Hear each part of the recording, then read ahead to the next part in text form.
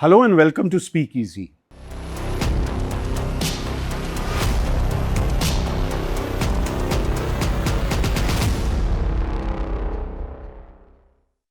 I'm joined today by Arundhati Roy, celebrated author, writer, critic, never afraid to speak her mind on issues. Thank you, Arundhati, for joining me in SpeakEasy and Frontline. You're so welcome. So I've been seeing that you followed the protests in Jantar Mantar very closely and you visited Jantar Mantar as well. So I wanted to ask you, how do you sum up these protests? I mean, looking beyond the immediate, the protests at Jantar Mantar and in other parts of the country, obviously a huge new generation of people has been galvanized into action. So what do you think will be the lasting impact of these protests? So I don't think we can speak of them in the past because I think there's something ongoing, there's a big churning ongoing, and even the demand of the protesters of not going after them, withdrawing the FIRs, not harassing them, has not been met, So there's a lot of anger building up around the picking up of, say, someone like Mohammed Junaid, who was there. There's a lot of anger about the denial that they were using an AK-47 in Bihar, and a denial of the fact that one student seems to have been badly injured by the use of a pellet gun. There were pellet guns there. So, but I think the main thing also is, even though the Education Minister Dharmendra Pradhan, who was the symbol of this rotten exam system in which the papers are continuously leaked and students' lives are devastated by this, he resigned, but the way he was greeted in Parliament, the way he was greeted when he went to his home state, Orissa, the fact that nobody criticized him, it was almost as if he himself had come up with some heroic gesture, no blame, So there's something insulting about that, and I don't think that that insult has gone unnoticed. Um, and I think, as I've said before on several occasions, for me the main gain of this protest was something unexpected, which is that the sort of carefully confected, image of Narendra Modi from 2002 up to now, a person who refuses to address a press conference, who presents himself as non-biological, as if he has a direct hotline to God. He's often referred to as the avatar of Vishnu. And these young people just took that all apart, And so in some ways, there were some of us for years and years who just couldn't understand why nobody could see through the bullshit. But now I don't think there's ever been a public figure that has been so mercilessly mocked by young people. And how does a public persona come back? Of course, they're going to get vindictive, and they're going to pick out these young Instagrammers, and they're going to try and make them apologize. They're going to put pressure on the all that's going to happen. It's only going to increase the anger, So you have a young generation of people who, perhaps many of whose parents and grandparents were the huge supporters of the BJP and Modi, and and and they have been brutalized by the police on the 20th of July, and then in Bihar and in all these places, cases filed and all that. But still, that brutalization is nothing compared to what would have happened to them had they been mostly, Muslim, or mostly Sikh, or mostly Dalit, or mostly poor, or mostly working class. I mean, those protesters in Noida, the working class people, the Maruti workers, you know what happens to them. And we all know what has happened to Omar Khalid and Shajil Imam and anyone else who doesn't, who dares to even lift their eyes and look the man in his face. So what you're saying is that that image has been, very badly damaged, if not, Yeah, distorted. and I think that's a very difficult thing to do. It would not have come, let's say they lost an election by 30 seats or 100 seats or something. That image would still have been intact, but now it's an object of ridicule, and the more they're trying to get back and make insta reels and nonsense like this, it's looking worse and worse. But and even, I mean, of course that's what's happening, and yet we know that this is, the system of education and the exam leaks, however horrendous they are the tip of the iceberg. We are in a situation where democracy is completely hollowed out. Elections, we know, have been gamed in every way. I mean, whether it's the election, the constitution of the election commission, whether it's the EVMs, whether it's the electoral rolls, whether it's the bureaucrats who are so complicit, whether it's the police, and whether it is the now trying to remap the constitutions, the constituencies. So where you're dangerously in a situation where a whole young population, on the one hand, feels silenced, on the other hand, has no prospects, because even if you do the exams and even if you get an education, there are no jobs. So there's that anger. And then there's an increasing belief that these guys will never be elected out of power, and the only way to ask for anything is to do this. So and now the farmers have joined. The protest has become a sort of breakout. It's given people a way of doing things, which I don't think the older generation understood. No, it didn't have the means also. We did not have Insta Reels, and we did not have smartphones and so on. So, you mentioned a little while ago about, language and the government going after protesters for language, especially this young woman from Noida. So, there's a lot of debate. The government is trying to spin it that, bad words were used, bad language was used. So, someone who's, spent a lifetime dealing with words, and if I may say so, eminently successfully, and some very bad words. Some very bad in words. her own work. So I just yeah. I mean, I just wanted to ask you, what do you think of this, whole language business? And, can you control people's language when they're protesting, or, or should it be that, for somebody you can't use X words and for somebody you can use? See, I don't think this young generation cares who's going to say about their language. That is their language that they came up with in this protest. And I mean, as young people, we use, there's a certain sort of pleasure in learning those words and using those words. And so if you start going after them with the constitution or something, it's just ridiculous. And the point is that whatever you do to punish them, this is what they were feeling then. Yeah. And the point is why, and to me, I mean, honestly, I spent a few days smiling and laughing a lot, which I haven't done in a long time, because I really thought that, look at the creativity, look at the posters, look at the drawings, look at the songs. I mean, it was like a whole lot of artists and graphic artists and stand-up comics had suddenly appeared from somewhere.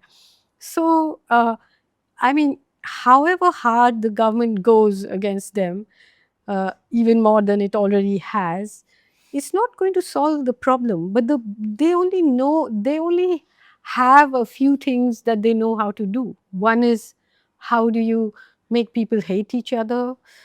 How do you crush something with police violence or put people in jail? It's just that this is these are the children of their voters, so they are in a bit of a fix on this. They and you can see them just not being able to understand what to do about it. So I think it's a very extremely interesting moment in some ways.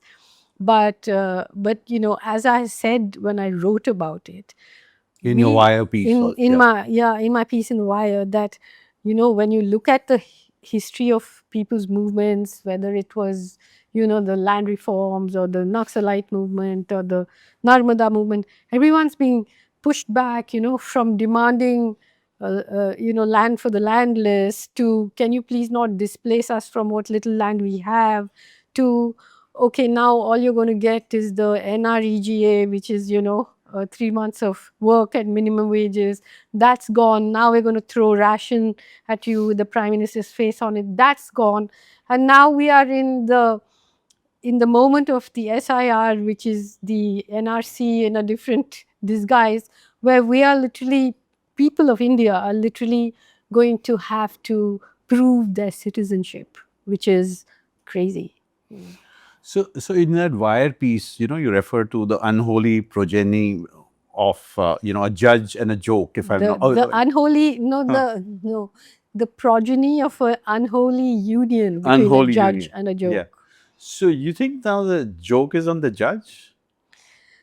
The judges played his little part, you know. It's a movie where there are Some lots of friends say that he's a co-founder of the Cockroach Janata Party. yeah, Yeah. Yeah. that is the level of humor that we Yeah. have Yeah. going on.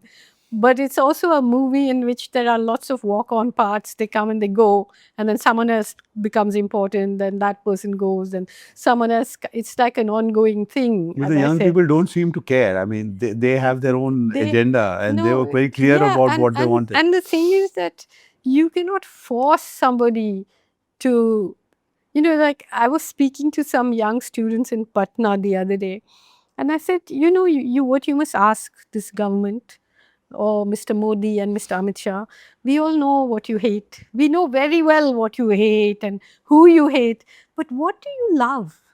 You know, do you love literature? Do you love poetry? Do you love craft? Do you love gardening? Do you love trees? Do you love animals? Do you love planting something?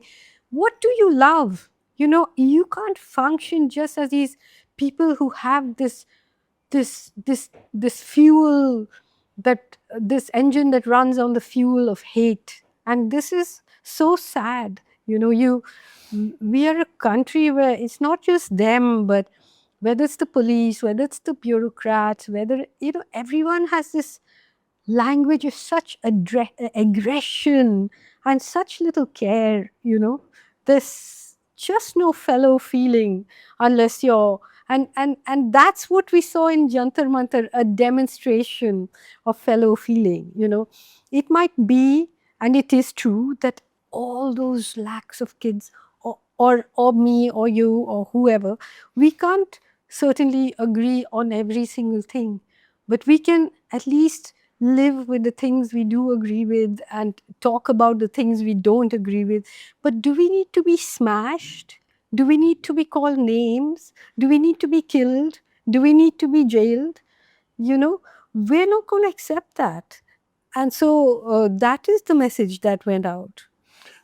And it would appear that, you know, the leadership, if I may call it that, of the movement, the different strands of it, they demonstrated quite a lot of unity. I mean, whatever the discussions that happened behind the scenes, even with, say, if they had differences with someone like Sonam Wanchuk, I mean, they publicly defended his role. So which did show, you know, and there were people from the left and, you know, people from God knows what political orientation, they were all there. It was a demonstration of extraordinary maturity by extraordinarily young people. You know, those people, I didn't see them saying anything wrong or putting a foot wrong or, you know, embarrassing themselves. It was extraordinary. And I really think we should salute that. And I really think that the opposition parties should feel a bit ashamed of themselves. You know, those kids can do it. Why can't you? You know, and why can't you? Because there is that energy that's been generated. There is that anger and rage, and that needs to move to a kind of transformation.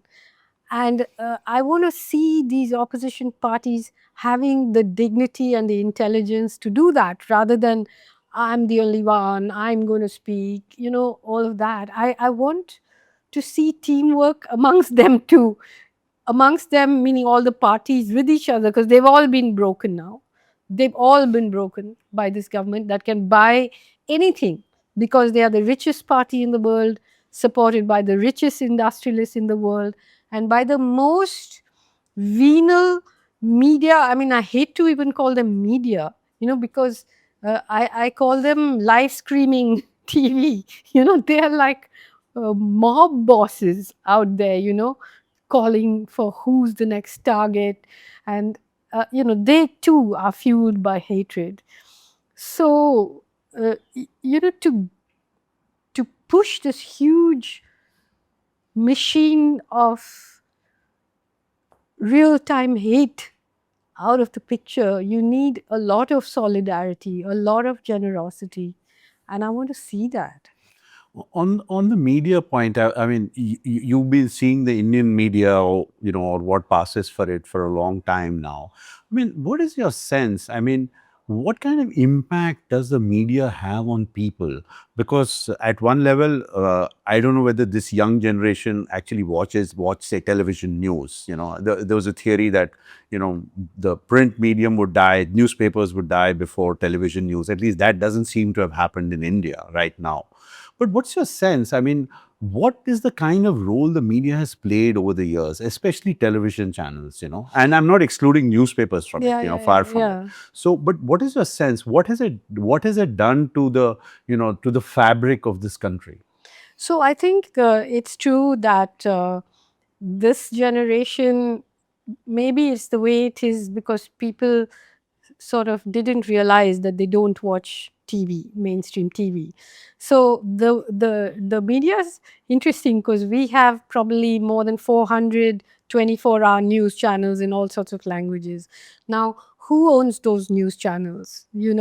For example, I think Reliance owns some.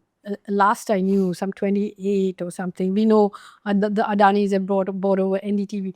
Just in terms of how they are structured and their ownership, there's a conflict of interest. One. Second, I think it's a mistake to say that to see it as if the media in India is censored. No one's going to believe that because it's so noisy and loud. So they are not censored, they're not silenced. They are enthusiastic supporters of this regime. And the ones who are real journalists have been pushed out. And those people are extraordinary in what they have been doing online, on YouTube. I mean, the courage that they show and the insight that they show and the number of people that follow them, it's a real study. I mean, I watch them a lot, and I think Do you watch a them? lot, especially in It's Hindi. like time pass or No. seriously. I think they are amazing. I mean, of course, the big ones like Ravish and Yeah, those. all of them, Yeah. but Punya You talk about the Prasad you're talking about the and they know I mean, they don't have the money to have reporters on the ground and all that, but what they do, Dhruv Rathi, of course, I mean, what they do, Ajit the Anjum, yeah. Ajit Anjum, Yeah. amazing, what all they have managed with their backs to the wall really needs to be studied and saluted. It's amazing, So, where are young people and this generation getting their news? What are they reading? Who are they reading? To have developed what I think is a pretty sophisticated understanding, because it was not just gali galoch, The thing is that humor is a distillation of politics, and humor it is that will bury these people. They knew exactly what was going on and how to deal with these mainstream media people. So, I mean, of course, we are in the midst of further mobilization on the one hand and a backlash on the other, and that backlash will be frightening for young people. But sorry, I am not one of those people who will not really celebrate this moment for fear of what is to come. I'm so glad it happened, and I do think it will change something because we saw a lot of courage out there. So one other thing I wanted to pick up on is, you went to Jantar Mantar. You obviously in touch with a lot of young people. You have so many public events and so on. So one of the things that I saw was that there was a lot of anger against their parents and uncles, which was at least visible on social media to me. So is there a lot of because a lot of their parents, maybe they were supporters of the BJP, RSS, or they've come. So have you also found this in your conversations with young people? Well, I mean, it's not what I used to find extraordinary is that whenever I've done 2 or 3 really big events around Mother Mary comes to me in India and abroad, many, and while everybody keeps saying, "Oh, these kids don't read, they don't read, they don't read," I think 95% of the ones who would show up at these events were under 25. And of course, that book is about a very troubled relationship with the parent. And I kept thinking, and the intensity with which I would talk to these young people who would come to get their book signed, like some of them are shaking with, uh, they felt like, I think they feel like somebody sees that this can be a troubled space, a very troubled space, where in India it's just elided, you have to respect your parents or whatever it is. There is I loved my mother. I mean, this is a book of love. It's not a criticism, but it's an acceptance that this is a very troubled space. And I think, And yet you're very much in that space. And yeah. And I think that young people can feel betrayed in so many ways, because how does it feel if you are, if you are left without prospects by a government who your parents and grandparents love? I mean, how do you deal that? That's the very exterior thing. I mean, obviously there are deeply interior feelings that I write about, but I mean, separate from that, how do you feel when the forests are cut down, when the mountains are bald, when the landslides, when there's no water, when external wars are and our foreign policy is creating a situation where we're not able to do what the country needs, but we have to do what the US wants. This kind of a lack of pride and shamelessness, and a loss of dignity. Everyone feels it. So on that note, I mean, this whole notion that the BJP, RSS, and Mr. Modi have projected of India's greatness. This notion of the Vishwa Guru. Some people have said actually we have become a Vishwa Chela. Whatever that. So I don't know how. Is this the old RSS way of harking back to our tradition or their own traditions of trying to project this Hindu monolithic India on an obviously plural society and country? So is it I mean, what does it stem from? Does it stem from an inability to understand secular politics because they have entered the domain of secular politics? So is that their way of building a Hindu Rashtra, appealing to young people? I don't know how you look at it. Well, I mean, it's a very difficult question to answer because it's a complicated thing. But I would say that, there is a historical and huge connection between Zionism and Hindutva. And all sorts of fascist groups have had a great admiration for the tradition of the Indian caste system, because that is only a shuffle away from fascism, where you think that Brahmins are the gods that walk on earth, and there is a sort of preordained and divine hierarchy in which you can see society, which is the sickest thing about our country, but it is admired by fascists. And so it's not a very difficult map of affections to actually follow when you realize that right-wing people love each other, and there is there's a connection building across the world on that.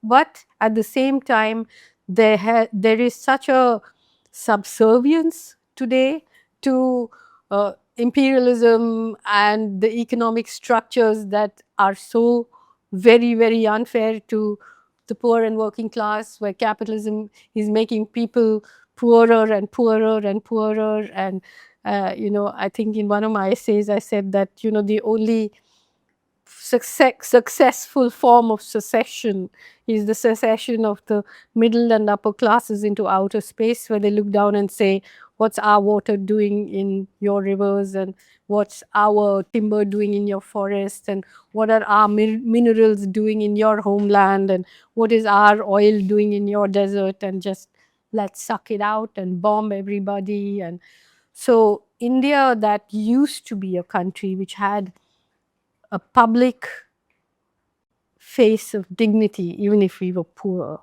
We were non-aligned, and now we are completely aligned, completely enslaved, completely on our knees. It's so But at one shameless. level, they project this notion of strength, and every other day, Trump is abusing Modi, and there's no Yeah. response from the government. So that's what I'm saying. That everything is a spectacle, everything is optics, everything is posture.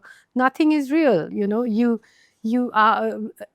I mean, apart from all that, even today the news just broke about how India is being supplying weapons to Israel to fuel the genocide in Palestine.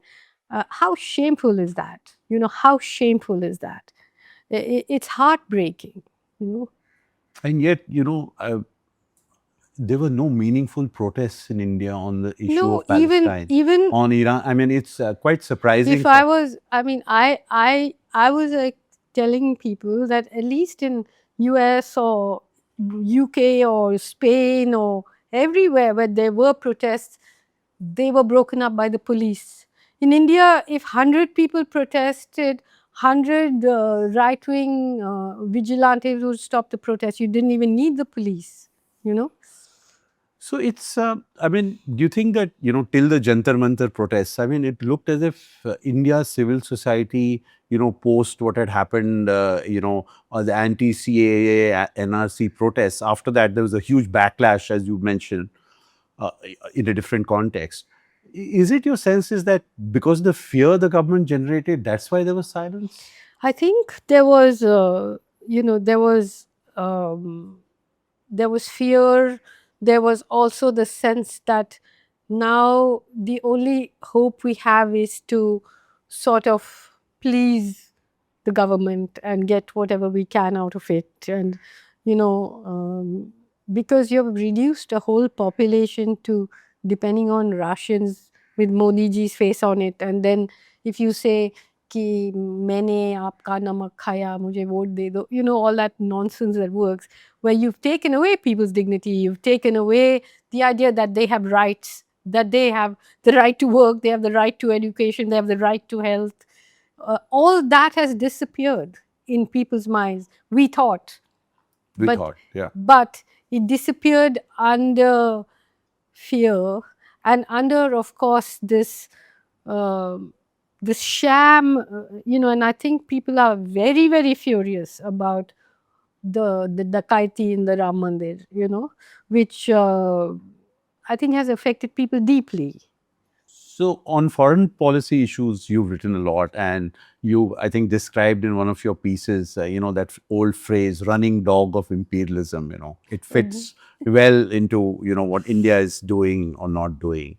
I mean, we had the spectacle of Narendra Modi going to meet Netanyahu just a few days before the attacks. We don't know whether he was told about it, whether he was told or not told. Equally, it's one of the most embarrassing moments, at least I feel, for India's foreign position, foreign policy posture, whatever you call it. So why is there such an inferiority complex? Because, truth be told, I covered foreign policy for a long time. Manmohan Singh also loved America, He loved America. Vajpayee loved America. They were very happy when they went. And the entire foreign policy, if you see, has been a continuum. But Modi ji has taken it to a different level. I don't think Manmohan Singh or even Vajpayee would have kept quiet, to these daily jibes that come from Trump. So why do you think they're just so silent about it? They have nothing to say. Well, I mean, there's ab ki baar Trump sarkar, he was going there campaigning for Trump. Then there was a moment when he thought Trump wasn't coming back, and so that made Trump angry, obviously. But the subject of inferiority, I think several PhDs and several books have been written. It's a very serious problem, a very, very serious psychological makeup, And again, I would attribute it to somewhere this diseased system of caste where everybody is being taught how to oppress somebody and how to be oppressed by somebody else. That sense of equality just doesn't exist among us, and that naturally makes you feel inferior, I'd say. It's even the people that sit at the top of the caste system and feed off it. I mean, I find it so amusing that all political parties, refer to Muslims or Christians as minority. They don't ever say the word Muslim for fear of a Hindu backlash and so on. Well, whereas actually the minority really is the ruling castes. You look at anything in India, the judiciary, the IAS, the media, who owns it, who are the editors, everything, they belong to a small, just numbers wise, I'm saying, these dominant and domineering and ruling castes are a minority, and they have managed to rule this country for centuries, the vast majority. So there's this feudal mentality, there.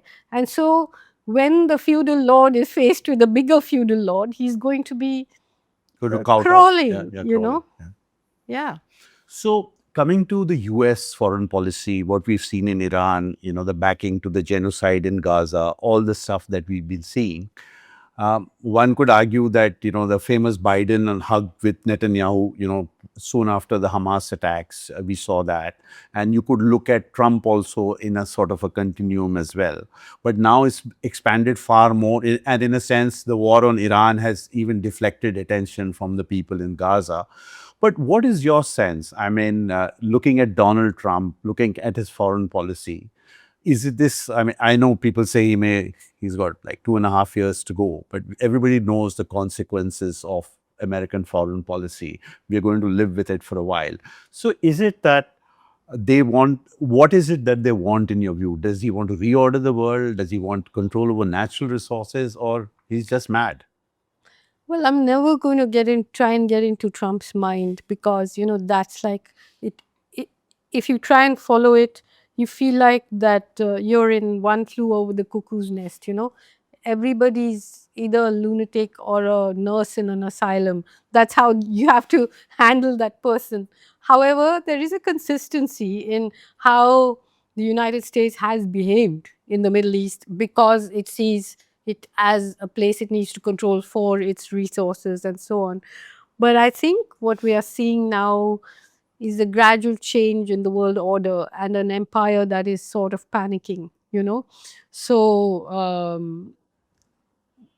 this war is going to probably change the way the world works. It's going to take time, but it's going to change the way the world works. And in that, India is nowhere. It has no position. It has no spine. It has no morals. It has no understanding of what a dignified position is. It hasn't even got its own interests at heart, because you cannot really live without what you're getting from Russia or China. We are intertwined in ways that are not easily extricable, and yet it wants to be the Western world's ambassador in Asia, which is a very dangerous kind of foreign policy, I would say, apart from being immoral and undignified. And what do you think of the Iranian response to, the American aggression? I think nobody expected it. And, it's been, I've said this very clearly that, whatever regime change people want, I mean, that's how Americans function. First, they demonize what they call a regime, and then they attack it. And the point is that, of course, they've strengthened the Iranian government right now. And if anybody wants a change of government, it is for the people of that country, not for Americans to change. We don't want them to bomb us so that we can get rid of the BJP, do we? No, we don't. We want to handle our own business, and so do Iranians, But their response has been incredible in terms of standing up with dignity. Unlike, I see that I keep using this word dignity because it means a lot, to me and to everybody, I think. I hope, Well, on that note, Arundhati Roy, thank you so much for talking to SpeakEasy. You're so welcome. You're Thank so you so welcome. much. It's a pleasure. Thank you.